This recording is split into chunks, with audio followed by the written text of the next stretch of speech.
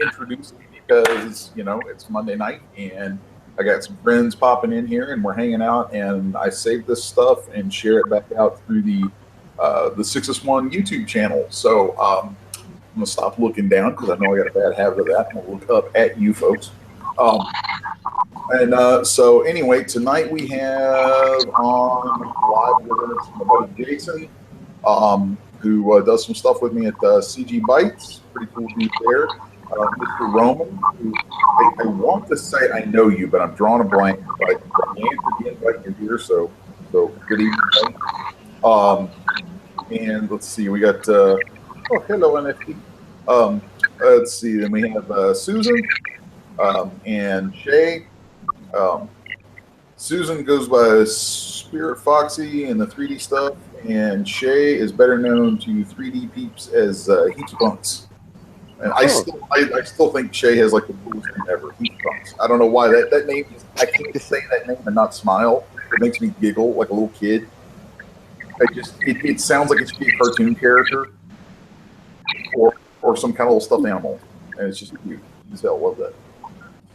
So anyway, yeah, it's Monday night. I like to throw things open for about an hour and get some folks together and talk art stuff and general goofiness. So like right now, Jason is playing a game or something, and yeah, it's cool. So it's a voxel sandbox game, if anybody cares. Oh, cool. It's basically the next generation of Minecraft. It's a game I've been helping work on for the last 2 some odd years. I'm a tester and whatnot. Oh, cool. Yeah, it's a free game too, which is even better. Aww.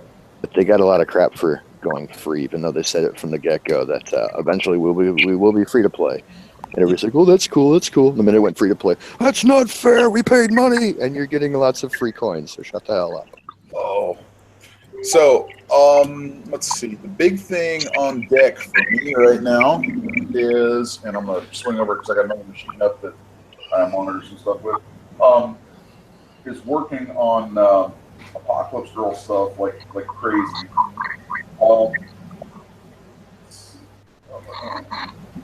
Okay, cool. So, yeah, and forgive the crap lettering that's on here.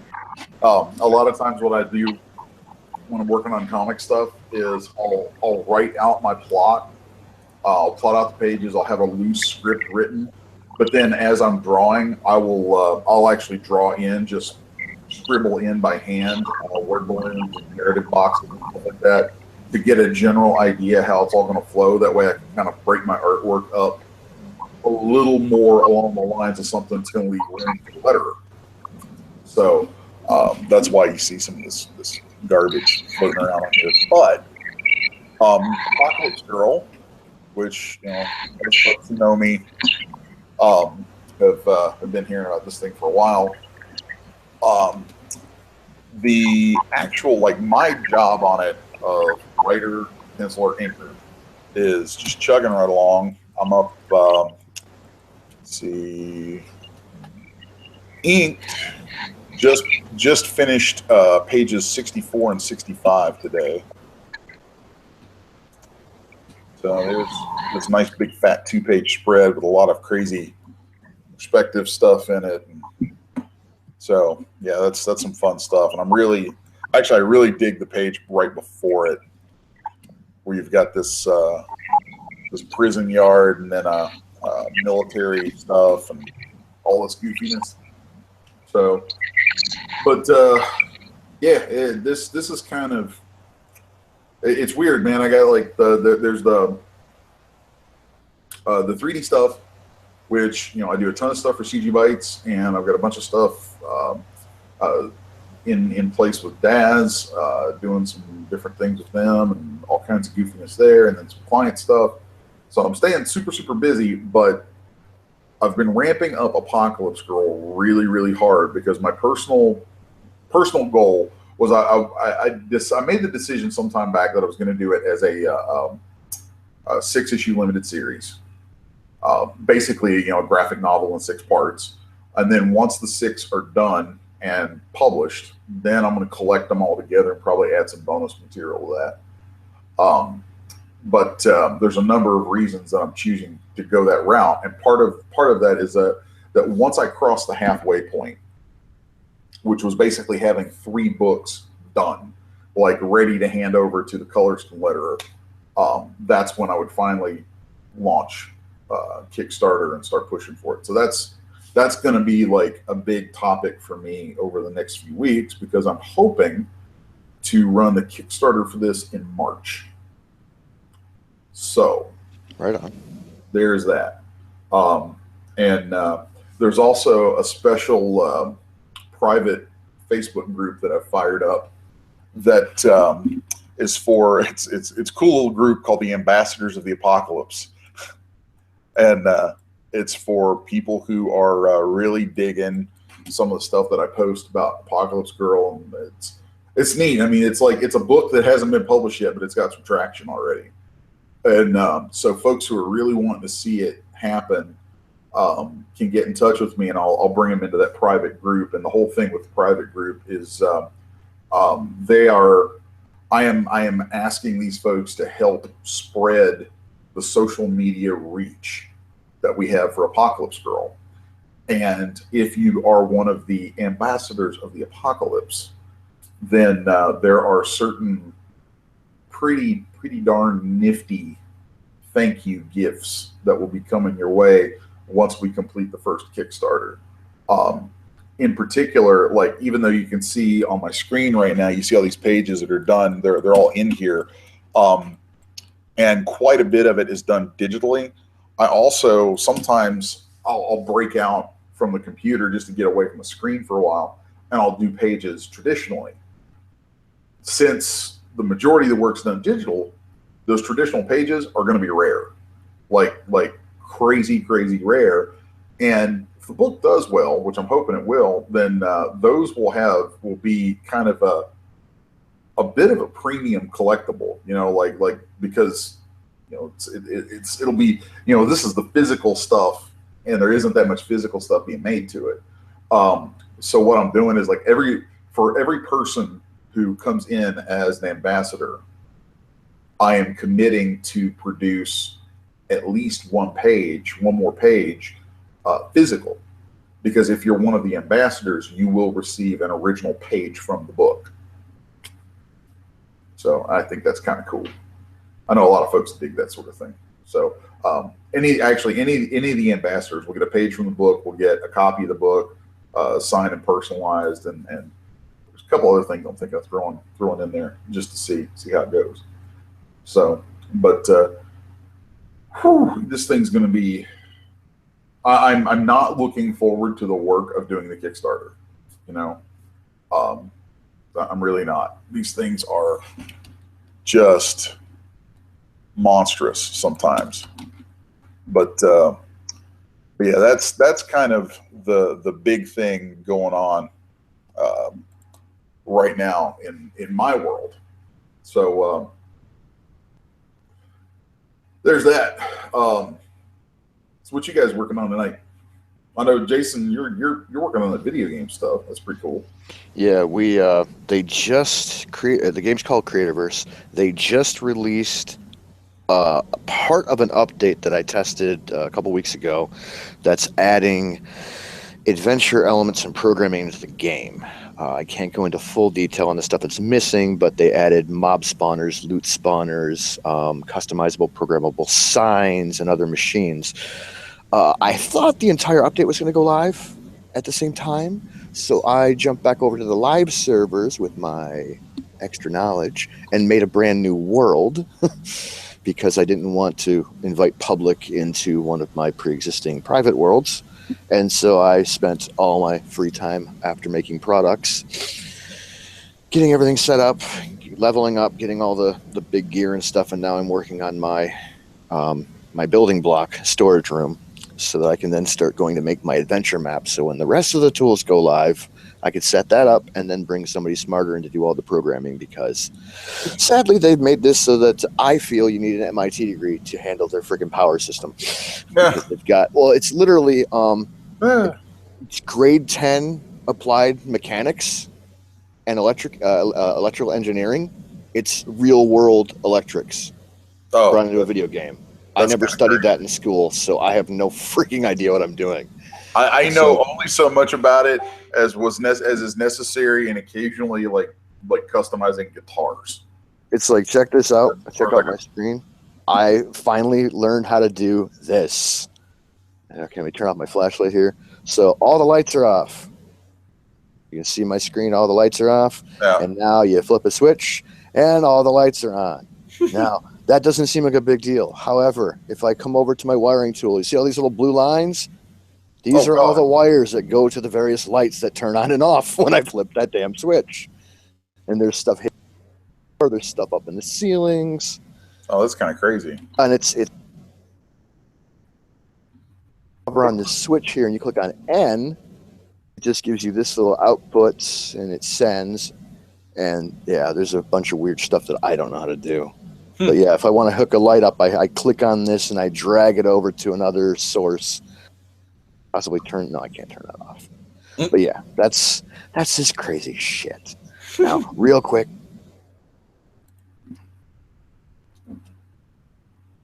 Oh. This is one of my little houses that I built. This is my little garden. Little tiered garden. We've got some chicken coops up over here with farm out. But yeah, all this I made by hand.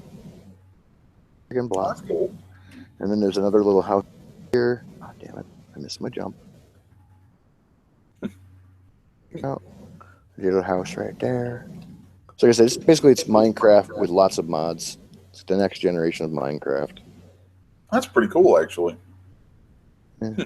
So if I was able to model, I'd be building tons of houses and exteriors and interiors and it's like this pond over here behind the house. I made this pond. Damn it.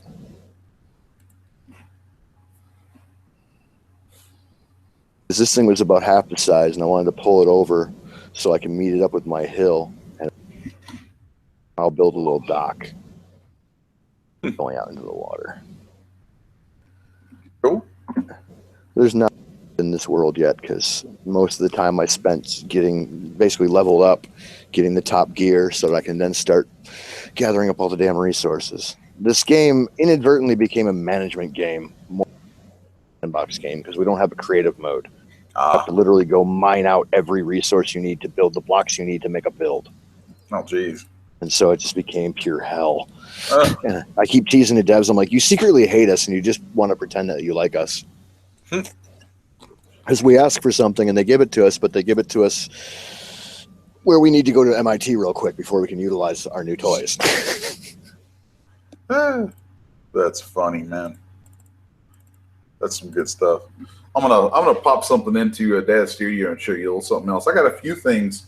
It's funny, man, the amount of stuff that I sit on and don't release. It's like I need to get some of this stuff out just so that I've gotten it out, because it's like it needs to.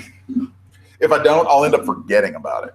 You know, I'll end up forgetting about this.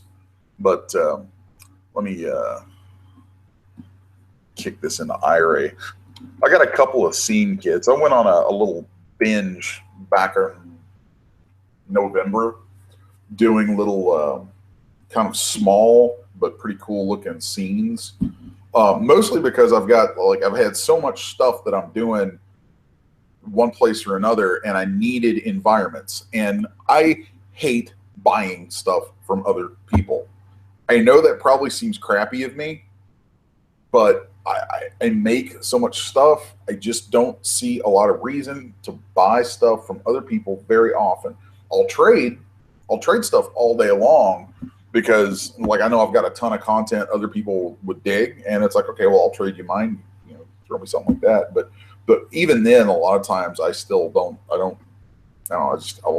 always had this thing about making my own stuff, and so I needed to. I needed some environments, and if iRay will quit being a little turd here, I'll show you this one that's pretty nifty. It's kind of an outdoors thing with this big stone walkway. It's cool if it'll just freaking load. I know iRay bogs down pretty bad. Like when I try to use iRay and I'm on Google Hangouts, it can bog pretty hard for some reason. Who knows? Probably has something to do with like overlays and all kinds of crap like that, display driver garbage. So we shall see. But here it goes. Yay! Thank you, DS. So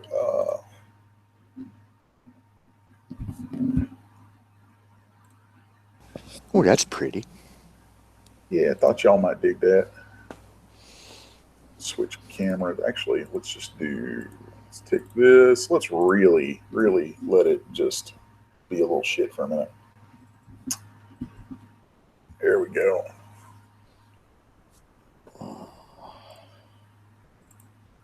No, not that one. This one. Dang it, camera 1. You're not where you should be. Here we go. Let's look at camera 3. Nice. Yeah, I can't tell. What season would you call that? Time of year? Like early fall. Okay, yeah, because you're on my other monitor and the coloring on that's kind of crap, and it's way, way far away from me at the moment, so I couldn't tell if that was lighter or darker. Yeah, it's kind of early fall. There's an HDRI dome in the distance that is a freebie from someplace, I forgot where, but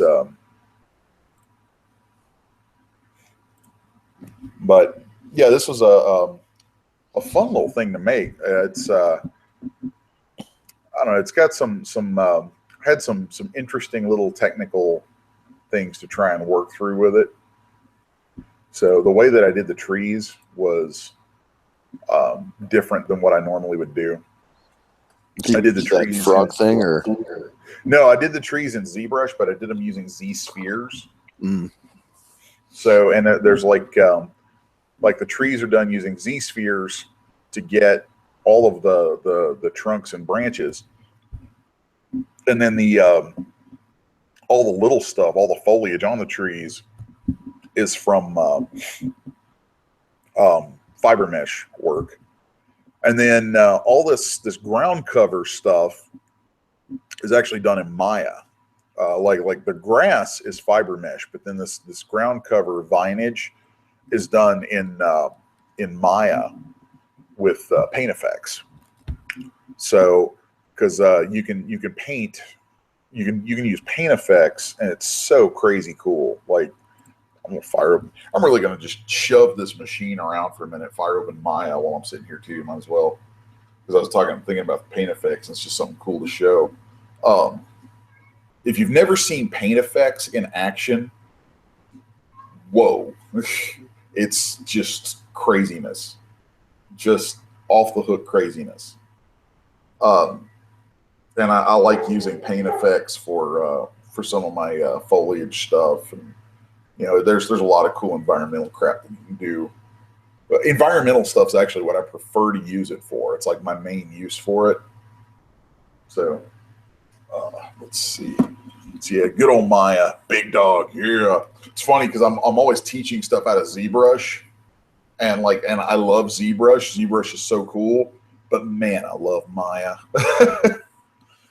Maya is, it's like there's just something about Maya that is just too cool. Yeah, let's throw a little plane out here and just drag this. Let's throw a little bit of resolution in here. Do some of that. And tried Maya years back when it came out. Oh, love Maya. Like Bryce for making like backdrop scenery, planetary scapes and stuff. So like take something like that. Yeah, I've now been told to get back into Bryce and stuff.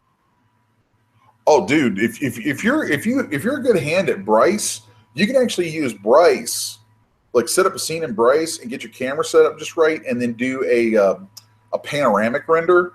Mm-hmm. And that panoramic render, you render that at pretty high resolution. You can use it as an HDR dome inside iRay.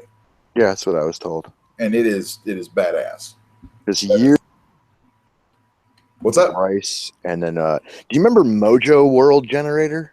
Oh Lord, that's been a while. Yeah.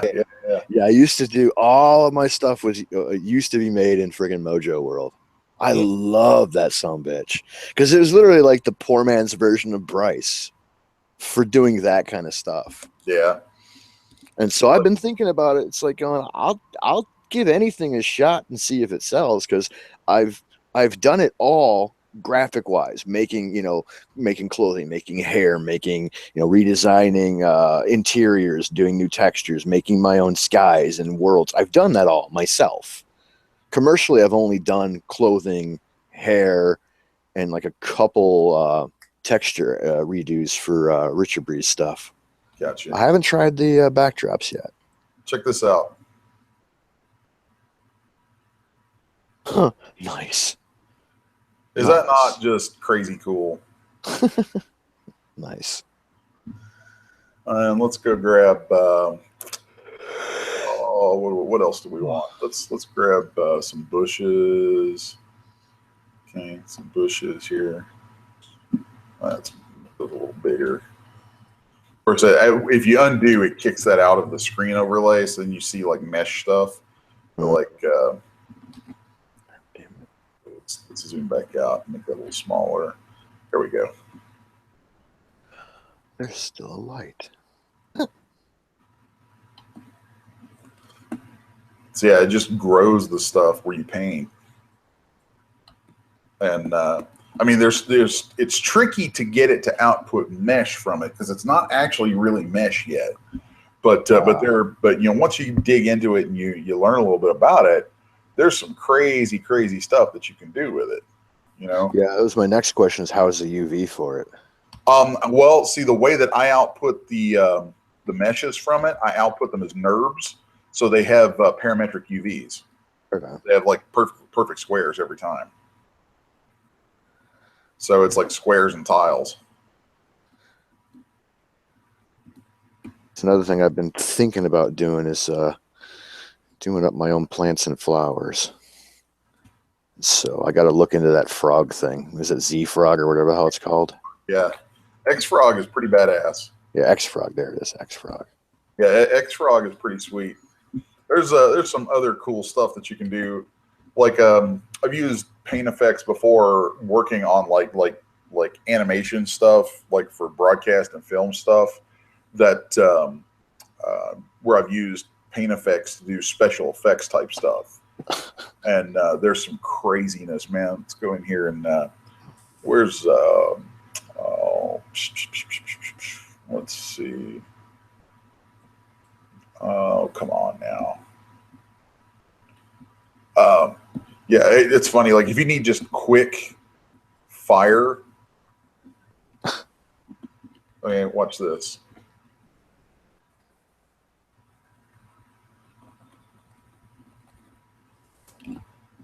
Let's get a little bigger and a little crazier with that. Is that not freaking cool? Uh-huh. That's all. I mean, it's all splines. It's neat. It's splines with these render methods attached to them.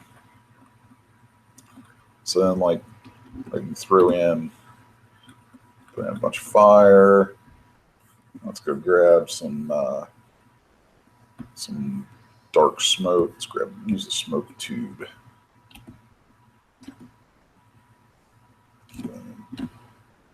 That's going to put like smoke down the ground level.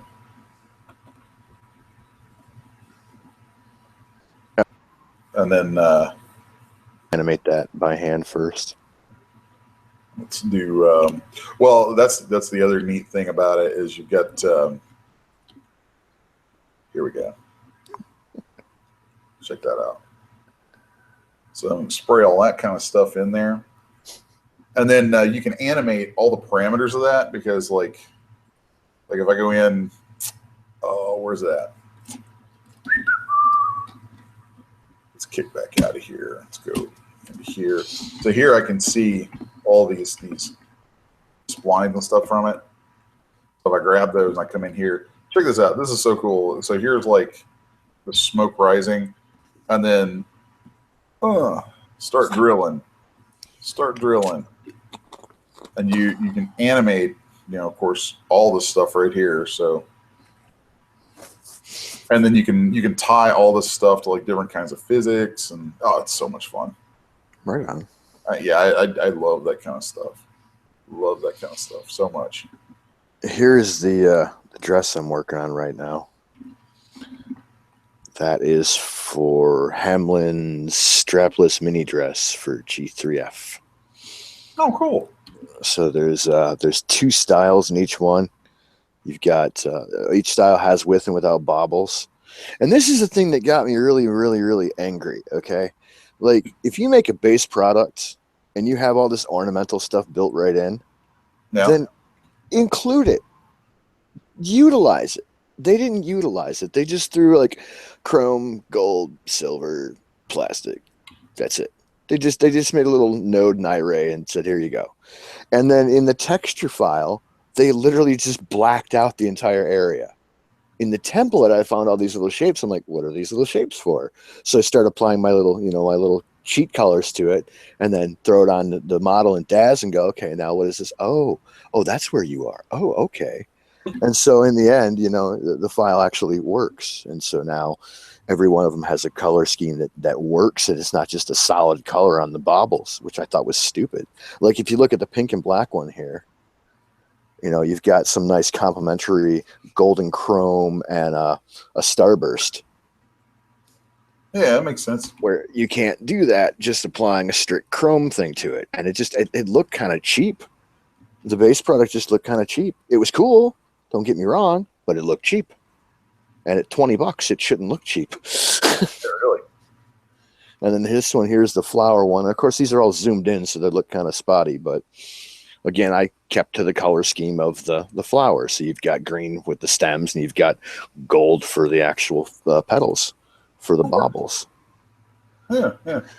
And whenever Renderosity ever gets back to me, this will be the first product I throw up over there. Cool. Because the base product is over there anyway, so kind of makes sense. And then I've got I've got 1, 2, 3, 4, 5, 6, 7, 8, 9, 10, 11, 12, 13, 14, 15, 16, 17, 18 other products to work on. Nice. Not really.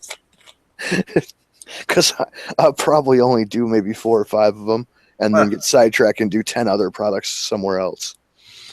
It happens. Because it's like I get in these things where it's like going, oh, well, like for example, Urban Dweller, right? I saw this one on Daz. I got it on the screen share right now. I saw that and I'm like, oh my God, I have like a million ideas for that. I can make that look so freaking awesome. So I buy it, I throw it on my to-do list, and then a week goes by because I'm still working on other things, and I go, oh wait, there's this really cool bodysuit. Oh, this bodysuit looks badass. I'm gonna do this bodysuit, and I do it and I release it. And then I forget all about the stupid Urban Dweller outfit. So it's just like, damn it.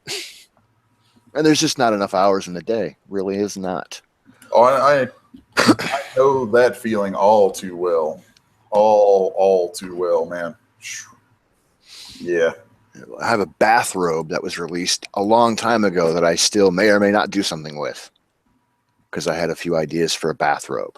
Because once again, product is good, model is good, UV is great, wrapping is beautiful. There's no seam issues when I lay across any kind of texture.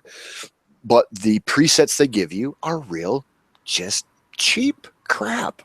And I do know from being around, as long as I've been around, that the majority of people who buy products, that's the most important thing, the people who buy products can't change them themselves. They need the options. Yeah. And it's because of that it makes me angry that some people who make the base products just don't put stuff in there. It's like, yes, you made the model. That's the most important part. But the people that are buying this don't know how to change the color or put a pattern on there or do this or do that. They literally use the make art button and they're happy with that. You've got to give them variety. Yeah. When it comes to a product like this, a white robe, okay? Now, if you're making like that Urban Dweller outfit, that was pretty good. And it comes in 2 different styles for the price. But you're getting a necklace, dog tags, a belt, a pair of shoes, shorts, inner shirt, outer shirt. That's worth the price of admission right there. That's fine. And 9 times out of 10, if you're buying this, you want that exact look right there. Or you want the secondary look, or you have the ability to make your own texture sets. But if you release a bathrobe in literally terracotta white and that's it, then I kind of call foul. Not for $20. I'm sorry. And I think that was $24.95 to be honest. But yeah. Yeah, I'm curious about something, actually, something I've never tried to do, and I'm going to give it a shot here in a really weird sort of way. So I want to see if I can wrangle this and create some mesh-based fire that can be exported, because that would be pretty dang nifty. That would be incredibly nifty. So let's change that to mesh. Let's turn this to tubes. And then and yeah, sometimes I need some tinker time, and I don't get enough tinker time, man. I got to have me some tinker time. So now I want that to run along a normal. Understandable.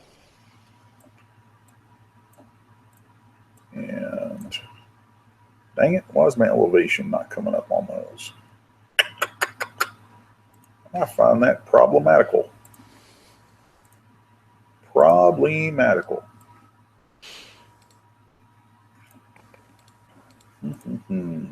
See, my biggest problem lately has been my hands have just been making me stop over and over and over again. And my arthritis is getting worse. The carpal tunnel's kicking up, and the winter weather with how cold it's been. Yeah. Drastic temperature changes, and we had literally had a week of rain, and so everything was cold and then just soaking wet. The humidity was through the roof, and my entire body was just like screaming. It'd be different if I can just take pills, but I can't take pills. Yeah. I take Motrin. That's it. Ew. That's as strong as I go. Oh man. Mm-hmm. Yeah, that would suck. It does. It does. The other day, it was so bad that I came real close, real close to taking some pills. But I was like, nope, not going to do it. Yeah. Yeah. Man. Yeah, it's definitely not something I would want to mess with. So I want to see if I can't get these to spread out. Okay, so there's that. I want to make that larger. Let's give that a big value, so it's got room to play. There we go. Big value.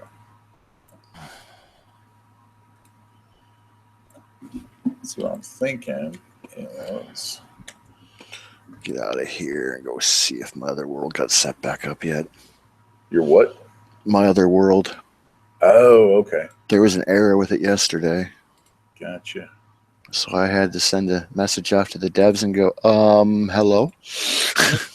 Fix V3 for me, please. Let's convert. I want to go paint effects to NURBS. Give me some NURBage. Oh, it's probably going to bring my machine to a standstill for a minute. If this gets choppy, it's because it's kicking my machine's ass. No, blame the internet. It's always bandwidth issue. Not, it's never user operator error. Well, especially now. I mean, there's so much crap going on that, like, legitimately, internet traffic and attacks are just through the freaking roof. Yeah. Oh, yeah. Yes, Mike, that's Les and me.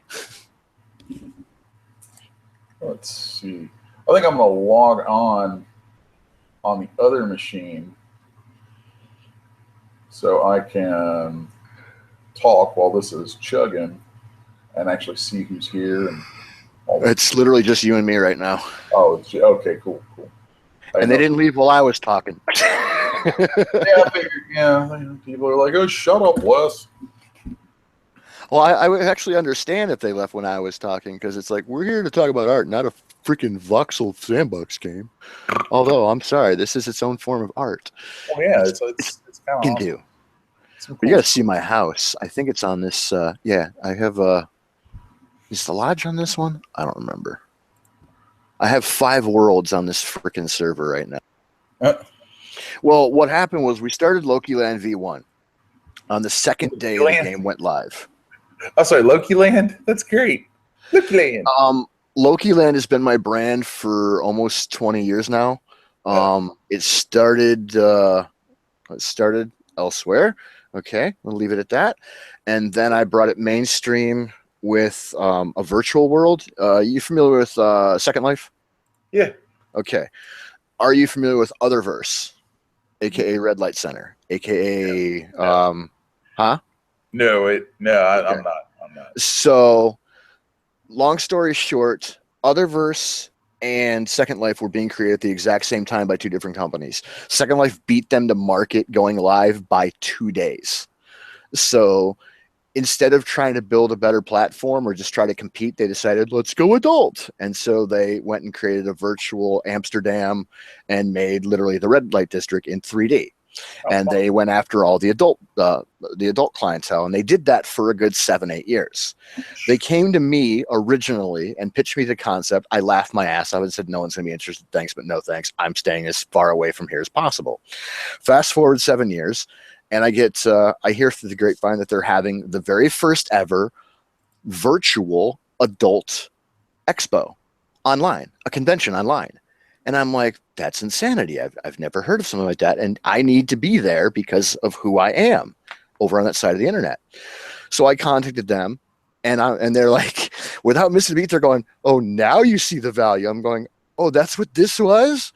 Oh, shit. Well, no, this I can get behind. What you pitched me, that sucked. That was stupid. No one would do that. I went in there and I fell totally in love with the platform, got a handful of people from the industry together, and we ran around promoting the ever-living crap out of the event, got to the point where people thought it was our event, to the point where the next year we took it over, and the next year and the next year. And we ended up building our own virtual world inside the platform called Loki Land. And within 30 days, before we went live, we were garnering more search engine traffic from them, more visitors than them.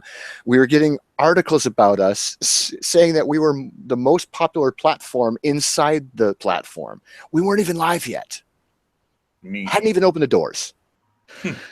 Did that for 2 years, closed it down, sold it off to my partner. Everybody thought I was crazy. And I said, no, see, I only did this as a proof of concept. I wanted to know if my marketing of this would work better than the original marketing. Hold on.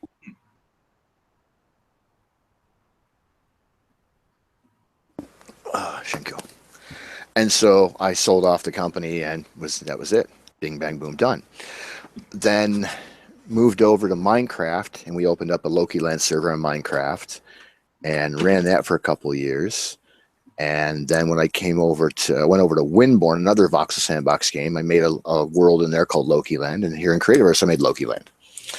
But yeah, V1 was the second day the game went live. Then they released a new world generation. And so I literally had to make a new world to get all the new biomes in there. And as they've released a few key things that require you to do restarts, then we've restarted. So yeah, this is V1, Loki Land V1. Gotcha. I'm up to V5. So now I've got tubes being sprayed up from the ground. Cool. But the actual paint effects tubes are hidden. And what you're seeing are nerves that are generated from those. Okay. So then I can go back because I have history on. So everything I do ripples through to everything that was generated downstream from it. I can go through then and play around with a lot of stuff. And it'll probably bog down as I do it because it's got to ripple through so much stuff. But it should be like if I increase or decrease the number of tubes per step, then will these change? Those aren't changing. Crap.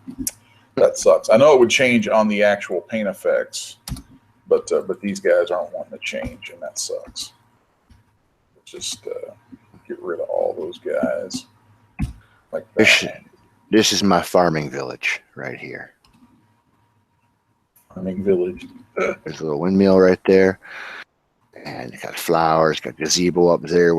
That's never mind the ginger house.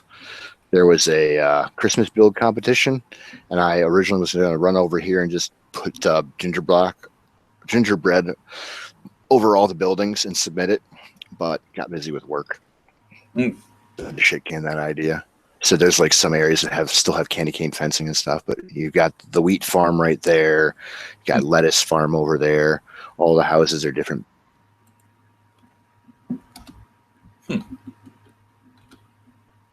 The game and go to blueprints, and you can get that windmill for free. Where's my windmill? Right there. So you take 4 iron rod and 6 rockster rocks to build your cornerstone, or you can pay 400 coins, get the cornerstone and every block needed to build it for 400 coins. So you can either go work for it, or you can get it for, well, not free because you have to pay for it then, but yeah. And the lodge that I'm looking for, they also bought that, but they haven't put it in game yet. And I keep telling them to hurry the hell up because I'd like to put it in my new world and not have to use my program on my other monitor. It just gives layer by layer of what block goes where, because I build it in a Minecraft program called MC Edit.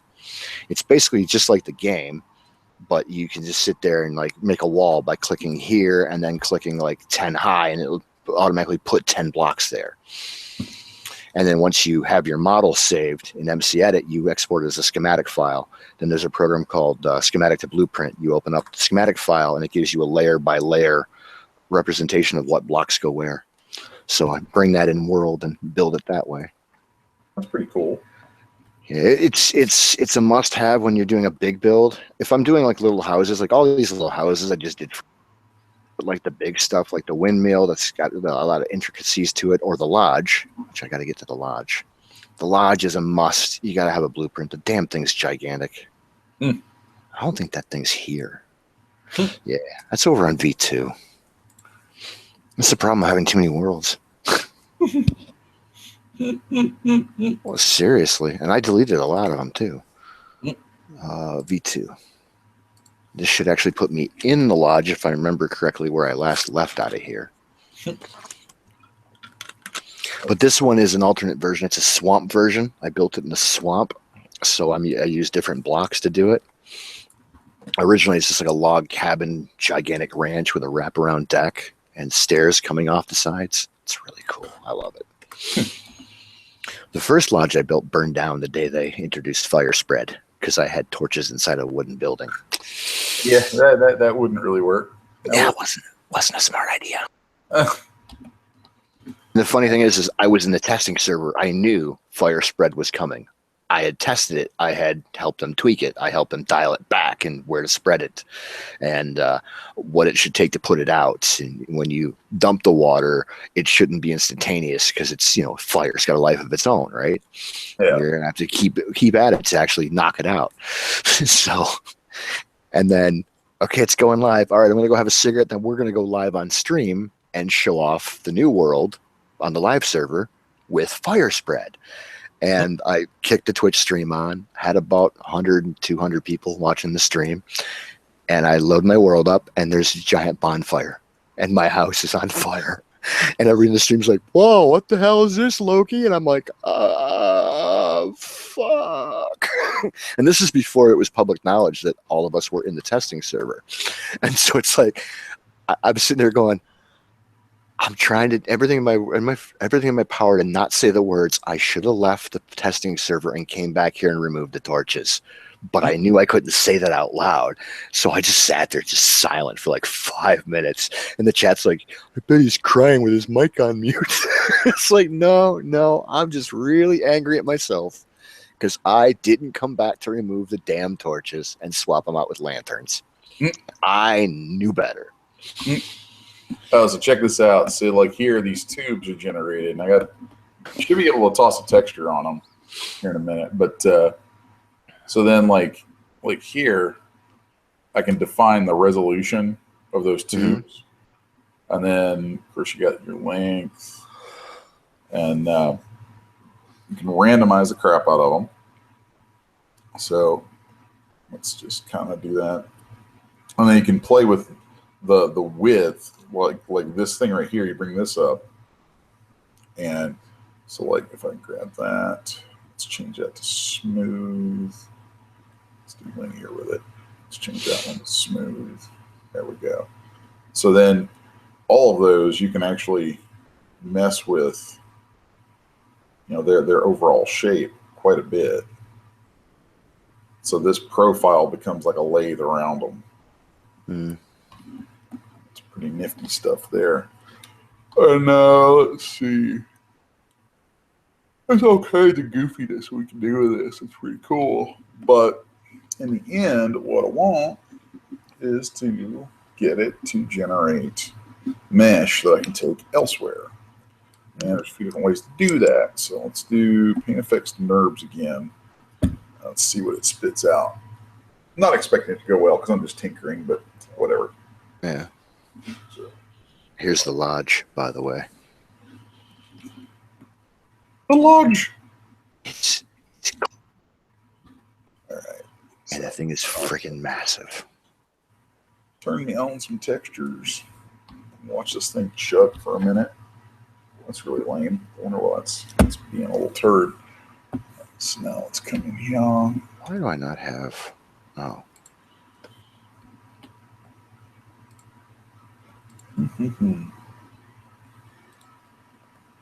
There we go. Now I have got the low gravity going. Now I want Lambert 2. There we go. Now Lambert 2 is assigned. I get that stuff. Now the question is, surface shape off 9. I had to make Input curve. Here we go. So now I'm wondering. There we go. So now see those meshes there? right on, right on. Okay, so now I'm altering the settings. They're on the original stroke, and it's generating or changing that geometry on the fly. Right on.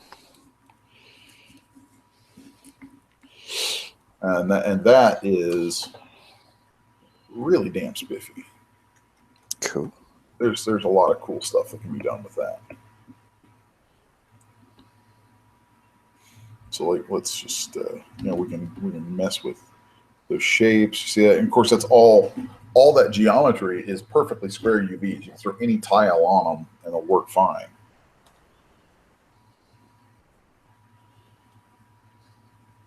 So that alone is like one of the super cool things that I've always loved about paint effects.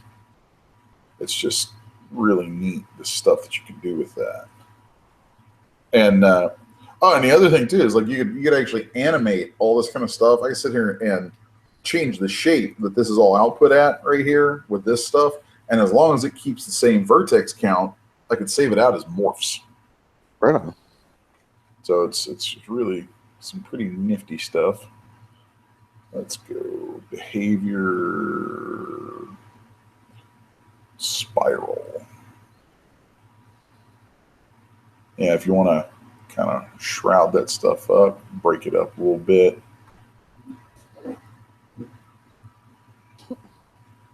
Ah, fell off the damn roof.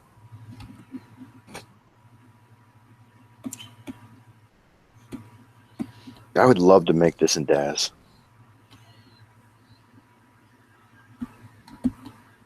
Ah.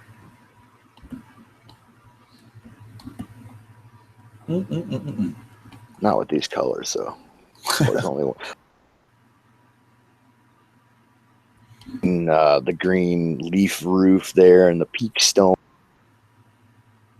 Lots of weird jungle blocks, and it's cool. Stone, and it works beautifully.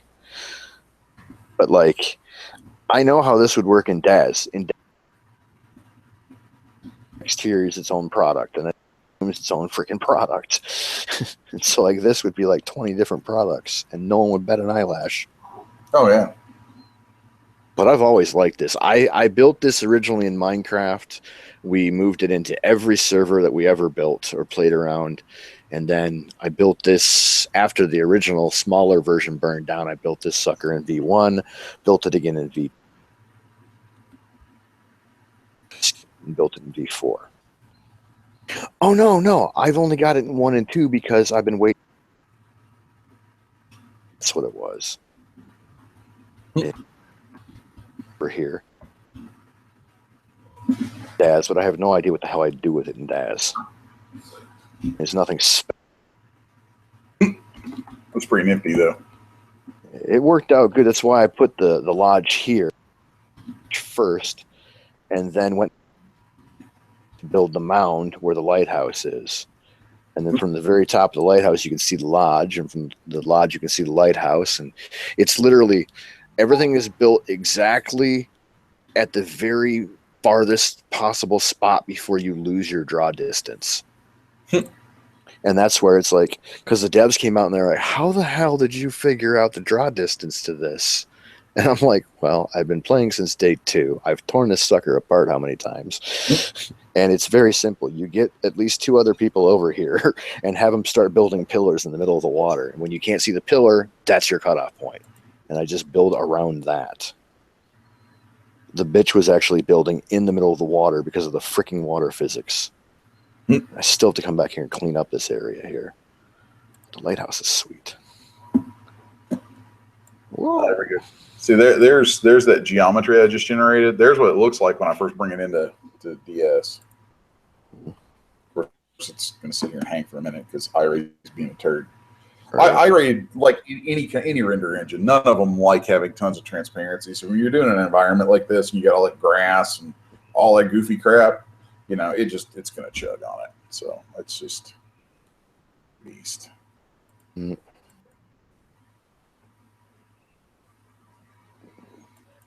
So, but I am very curious here. Ooh, I know what I want to show you.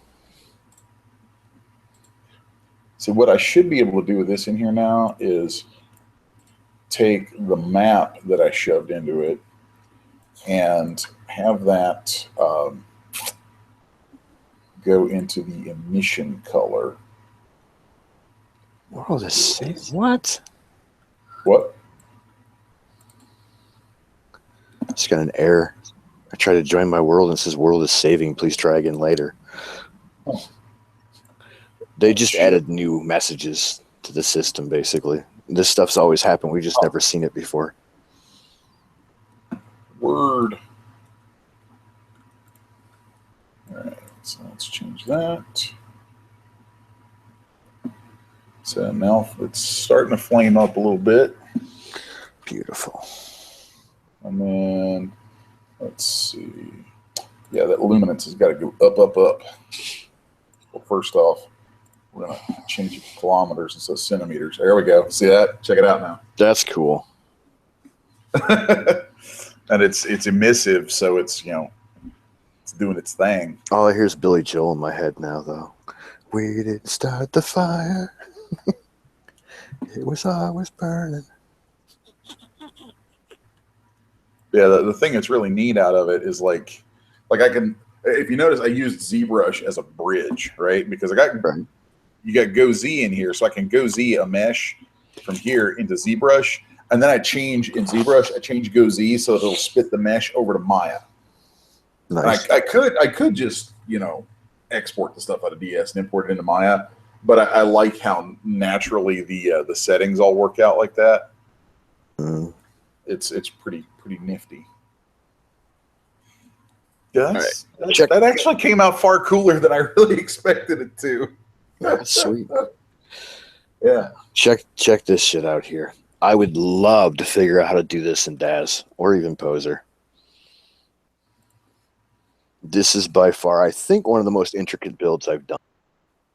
This is my Mayan Temple setup. You got 2 towers in the front, giant tower above, behind, and an entire underground fortress area. But this is just like... Oh, that's neat. You look at this, it's not...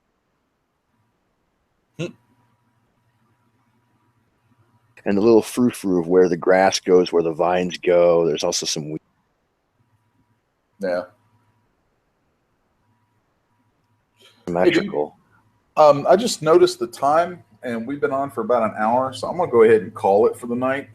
Also, I noticed Rebecca came back, and so my woman be home, and my son's back, and so it's been kind of a casual night, which is cool. It's cool. but I am gonna bring it to a close and hop off here, and actually get in bed before like 1 a.m. tonight. What's that like? Yeah, it doesn't happen very often, but I'm gonna try to make it happen tonight. I get to bed at 7 or 8 o'clock every morning. I've worked a lot today and done a ton of stuff, and then I do about an hour and a half to 2 hours a night in the dojo, and I'm like exhausted. But a lot of times I still end up working until 3 and 4 a.m. and it's like, don't want to do that tonight. So I'm gonna hop off, go have myself a drink, and probably pass out on the couch actually. Mm-hmm. So have fun. All right, later, man. See you Later.